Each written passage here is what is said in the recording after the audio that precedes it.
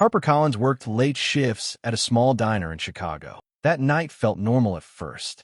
The diner was almost empty, just a few tired customers and the sound of soft music playing in the background. Harper moved between tables quietly, keeping her head down like she always did. At around 11 p.m., a group of men came in. They didn't look like regular customers. Their clothes were too expensive, their voices too low, and their eyes kept checking the room. Harper served them coffee, trying not to pay attention, but as she came closer to their table, she heard words that made her stop for a second. They were talking about a political deal, and then she heard something worse. A name, a plan, something about an elimination tied to powerful people. Harper's hand almost slipped, but she forced herself to act normal. She turned away quickly, pretending she hadn't heard anything. But one of the men noticed.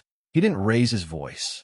He didn't even call her back. He just looked at her for a long moment, like he was studying her face, remembering it. That silent look made her stomach drop. She suddenly felt like the air in the diner had changed. Harper finished serving them, but her mind was racing. She told herself she must have misunderstood. Maybe it was just business talk. Maybe it wasn't what it sounded like. But deep down, she knew she was lying to herself. When she looked back at their table, the men were no longer talking casually. Now, they were quiet, watching, waiting. The worst part came when Harper glanced out the front window. A black car was parked across the street. The engine was running, but the lights were off. No one was getting out. No one was leaving. It was just sitting there. And then she noticed something that made her chest tighten. The car wasn't parked randomly. It was facing the diner, right at her. The bell above the diner door rang softly, and Harper looked up without thinking much about it. A man walked in alone. He didn't hurry, didn't look around like a normal customer. He just stepped in like he already knew where everything was. He chose a seat in her section, right at the corner booth. Harper forced a polite smile and walked over with a menu, but something about him made her slow down. He looked calm in a way that didn't feel natural. Controlled. Heavy. Like he didn't belong in a place like this at all. "What can I get you?" she asked. He didn't answer right away. His eyes stayed on her face for a few seconds too long, like he was confirming something. Then he finally spoke. "You heard something you weren't supposed to hear." Harper felt her throat tighten. She tried to laugh it off. "I think you've got the wrong person. I just work here." He didn't react. Instead, he reached into his coat and placed a folded photo on the table. Not rough, not dramatic, just calm. Too calm.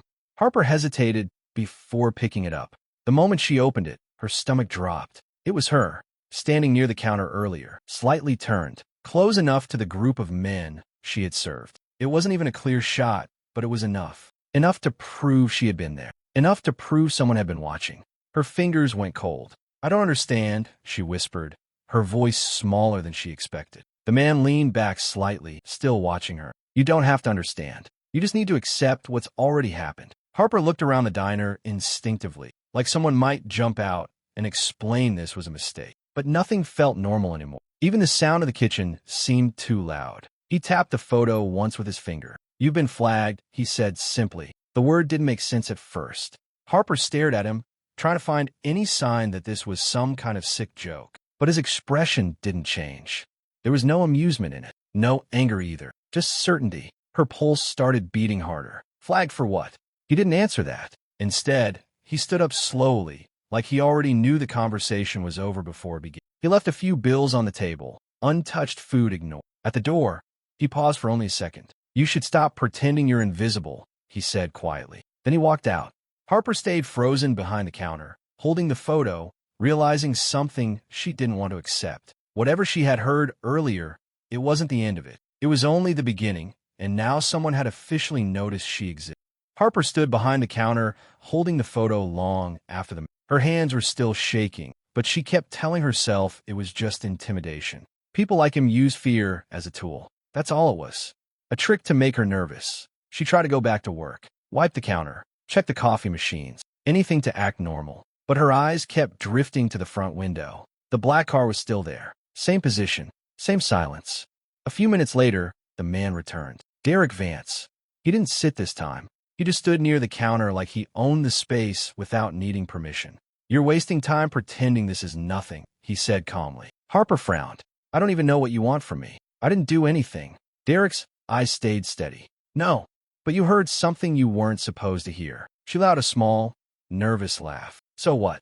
You're saying those guys are going to kill me because I overheard a conversation in a diner?" He didn't react to her tone. That was what made it worse. He wasn't offended. He wasn't joking either. "They're not guys," he said quietly, "and they're not here by accident." Harper crossed her arms, trying to stay firm. "Then who are they supposed to be? Police? FBI?" A pause. "No," Derek said. "They're cleanup contractors." The word didn't land right at first. Harper blinked. "Cleanup, what does that even mean?" His voice lowered slightly. "When powerful people make decisions, there are teams that make sure no loose ends, no witnesses, no mistakes left behind." Harper shook her head. "This is insane." Derek leaned slightly closer, just enough for her to feel how serious he was. "The men outside don't care if you believe it or not. They only care that you heard it." Her mouth went dry. He continued, "Anyone who was in that room at the time of that conversation won't make it past midnight." A strange sound came out of Harper, half laugh, half disbelief. "That's supposed to scare me?" But even as she said it, her confidence felt thin, unsteady. Then her phone rang. It was loud in her hand, sudden enough that she almost dropped it. Unknown number. She hesitated before answering. "Hello." Silence on the other end. Then a man's voice, calm and clear. "Harper Collins." Her stomach dropped to hearing her full name. She didn't respond. The voice continued, slow and certain. "You're still at the diner on West Ridge Street. Table near the counter. You haven't left yet." Her grip tightened. Her eyes flicked instinctively toward Derek, who was already watching her face. The voice added one more line, colder than before. "We know where you live, too." The call ended. Harper stood completely still, the phone still pressed to her ear, as the reality she had been denying finally started to settle in. The phone was still warm in her hand when the silence between them started to feel heavier than the noise before. Harper stood behind the counter, staring at the man as if waiting for him to admit this was some kind of mistake. But his face didn't change. He stayed calm, like the world hadn't shifted at all. "You're already inside this," he said again, quieter this time, like it was a fact he didn't enjoy repeating. Harper shook her head quickly. "No, I'm not inside anything. I just heard something I shouldn't have, and now people are trying to scare me. That's it." He didn't argue with her words. Instead, he reached into his coat and pulled out a folded document. It looked old, handled too many times, like it had been moved from place to place. He placed it on the counter, but didn't open it. "You can't walk away from it anymore," he said. Her eyes narrowed. Walk away from what? He finally slid the paper closer to her, just enough that she could see the seal at the top, though she still didn't touch it. "A situation you've already been pulled into," he said. She let out a short laugh, but it didn't sound real, even to her. "This is ridiculous. I didn't join anything. I didn't agree to anything." "That doesn't matter," he replied. "You were there when it happened. That's enough." Her voice tightened. "So what now? I just disappear? Move? Change everything?" "People do that all the time." His eyes stayed fixed on her. "You don't have that kind of time." That sentence hit harder than anything else that night. She straightened up. "What are you talking about?" He tapped the document once. "There's only one thing that can stop what's coming for you. Something they can't bypass." Harper looked at the paper again, her stomach already sinking before she even asked. "And what is that supposed to be?" He didn't hesitate. "Marriage," he said. The word didn't make sense in the moment. It just hung there, wrong and heavy, like it didn't belong in the conversation at all. Harper stepped back. "You've lost your mind." "It's not about me," he said calmly. "It's about protection under a system they recognize.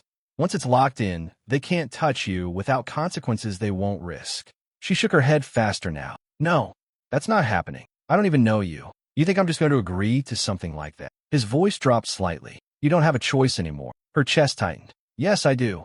He looked at her for a long moment, then spoke in a way that ended the argument before it could continue. "No," he said, "you don't."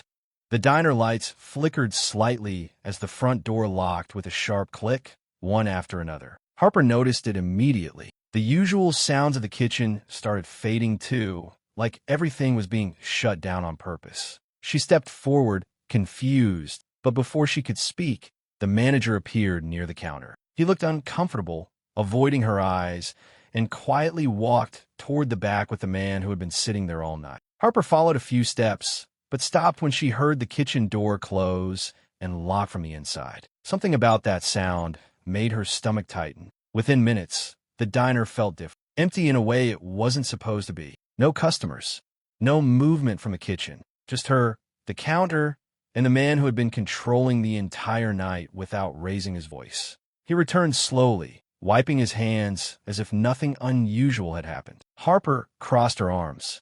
"What did you do?" He didn't answer right away. Instead, he glanced toward the locked kitchen door, then back at her. "Cleared it," he said simply. Her voice sharpened. "Cleared it how?" "No interruptions," he replied. She stepped closer, frustration building. "You can't just shut down a place like this." He didn't react to her tone. "It's already done." That calmness made her more uneasy than anything else. She stared at him. "Why are you even here? What do you want from me?" He paused for a moment, like he was choosing how direct to be. Then he said it. "I need a wife by midnight." For a second, Harper actually laughed. It came out sharp and disbelieving. "That's your solution? You think I'm going to believe this after everything tonight?" He didn't flinch. "It's not about belief." Her smile faded slowly. "Then what is it about?" He leaned slightly against the counter, voice steady. "A legal lock." She frowned. "A what?" "In their system," he continued, "there are protections that only activate under specific ties. Marriage is the fastest one. Once it's registered, you're no longer a free target." Harper shook her head. "This sounds like something you're making up to scare me." "It's not for you," he said. "It's for them." Her eyes narrowed. "And what happens to them?" He looked at her directly now. "They can't touch you without starting something they can't control." The words sank in slowly. Harper crossed her arms tighter. "So I just become your wife, and everything magically stops?" "It doesn't stop," he corrected. "It shifts. You move under protection they recognize." She stepped back again, trying to breathe normally. "This is insane. You're talking about marriage like it's paperwork." "In this world," he said quietly, "it is." She stared at him, searching for any crack in his expression, any sign he was playing a cruel joke. But there was nothing, only certainty. And that was when she realized he wasn't asking her to agree. He was explaining what was already being set in motion. The silence in the diner felt heavier after his last words, like the air itself had turned thick. Harper stood behind the counter, her thoughts running in circles, refusing to settle on anything real. She looked toward the front door, then toward the back hallway that led to the kitchen and storage room. Her chest tightened with a thought she couldn't ignore anymore. There had to be a way out. Without saying anything, she moved quickly. Her steps were quiet at first, then faster as she reached the narrow hallway behind the counter. The hum of the fridge grew louder as she passed the storage shelves. Her hand pushed the back door open just a little. Cold air slipped in. For a moment, she thought she was free. Then she saw them. Two men stood near the alley exit, close enough that they weren't just passing by. They were waiting, still, watching the door like they already knew it would open. Harper froze. One of them turned his head slightly, and in that split second, their eyes met her. Recognition hit instantly. Not confusion, not curiosity, just certainty, like they had been expecting her exact face to appear. Her breath caught in her throat. She stepped back so fast her shoulder hit the door frame. The sound echoed in the tight hallway. She didn't think, didn't hesitate. She turned and ran. Her footsteps hit the floor harder than she meant them to as she rushed back through the hallway. The kitchen light felt too bright now, almost harsh. She pushed through it, ignoring everything except the need to get away from the back exit. When she reached the counter again, she was breathing too fast. Her hand was shaking so badly she had to grip the edge just to steady herself. He was still there, standing exactly where she had left him. He looked at her once, and he already understood. "You saw them," he said calmly. Harper couldn't even answer right away. She just nodded barely. Her voice finally came out uneven. "They were outside." He didn't move, didn't react like it was new information. That calmness made her stomach drop again. "I told you," he said. "You were never hidden." Her brows tightened. "What does that mean?" He glanced toward the front window for a moment, then back at her. "You didn't just happen to hear something tonight," he said. "You were already on their radar before you ever served that table." Harper shook her head quickly. "No, I don't know any of them. I don't know anything about this." "That's the point," he replied. She stepped back slightly, still trying to process what she had just seen. "So why me? I'm nobody." His expression stayed steady, but his voice dropped a little lower. "You were in the wrong place at the wrong time," he said. "And someone decided to notice you long before I did." Her throat felt tight. "So I've been watched this whole time?" He didn't answer with comfort or denial, just honesty. "Yes," he said simply. And for the first time that night, Harper realized the fear she felt wasn't new. It had just finally caught up to her. Harper stood behind the counter, still trying to steady her breathing from what she saw outside. The diner felt different now, like every shadow had weight in it. Even the ticking clock above the counter sounded too loud. He finally moved from his spot. Not fast, not slow, just certain. He pulled out the chair across from her and sat down like he had decided the night had reached a point where pretending was useless. For a moment, he didn't speak. Harper stared at him. Just tell me what's going on. All of it. He exhaled once, slow and controlled. You didn't just overhear a random conversation. Her fingers tightened around the counter edge. Then what was it? A coded exchange, he said. She frowned. Between who? His eyes didn't move away from her. People inside my own circle. That made her stomach twist. Your circle? Yes. Harper shook her head slightly. No, that doesn't make sense. I don't even know you. That's why it happened the way it did, he replied. The silence stretched again, heavier this time. He leaned forward slightly, lowering his voice. There was a confirmation in that conversation, something that exposed a betrayal I've been tracking for weeks. Harper blinked slowly. I don't understand what any of this has to do with me. His answer came without hesitation. It has everything to do with you. She allowed a short, uneasy breath. I was just working. I was serving tables. You were present, he said. That's enough. Her voice rose slightly. Present for what? I didn't do anything. He nodded once, like he understood her frustration but didn't agree with it. You weren't the target. That made her pause. What? She asked quietly. You weren't meant to be involved, he said. You were just there when the exchange happened. That makes you a witness. Harper stared at him, trying to piece it together. A witness to what exactly? To information that confirms someone close to me is working against us. The words didn't settle easily. Harper rubbed her forehead, trying to force logic into. So this is some internal fight between criminals, and I just got unlucky. It's bigger than that, he said. She looked up sharply. No, don't say that. Don't make it bigger than it is. His voice stayed steady. It already is. Another silence. Harper's voice dropped. So what happens now? He didn't look away from her. Now both sides know you exist, he said. Her throat tightened again. Both sides? Yes. She shook her head slowly. So I'm just stuck in the middle? He nodded once. And neither side can risk you talking. Her hands went cold. So what do they do? He didn't soften the answer. They erased the problem, he said. Harper stepped back without realizing it, like the words physically pushed her. And that's why I've been here, he added. Not watching you. Making sure you stay alive long enough to decide what happens. She stared at him, her mind struggling to accept how quickly her normal life had collapsed into something she didn't understand. The clock on the wall ticked again, closer to midnight. And for the first time, she realized there was no version of this night where she simply walked away untouched. She stood still for a moment, staring at him like the answer would change if she kept looking long enough. Her chest rose and fell unevenly, but she forced herself to speak anyway. There has to be another way, she said again, sharper this time. His face stayed calm. There isn't.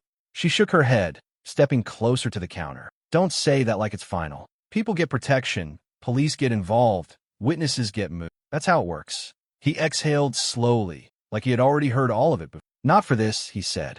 Her hands pressed harder into the counter. Then make it work. You're acting like nothing can be done except whatever this is. His eyes stayed fixed on her. Anything else takes time you don't have. She let out a frustrated breath. So, I just accept that? Because you decided I ran out of time. It's not a decision, he replied. It's a limit. That word made her pause for half a second. She straightened slightly. I'm not doing anything I don't understand. He nodded once, as if that was expected. Then he slid the folded document a little closer again, just enough for her to see the stamped markings and structured lines. This is what you need to understand, he said. She didn't touch it. I don't belong in whatever this is. That doesn't matter, he replied. Her voice rose. It matters to me. A short silence followed. Then he spoke again, quieter but firmer. You're already inside it. She frowned. No, I'm not.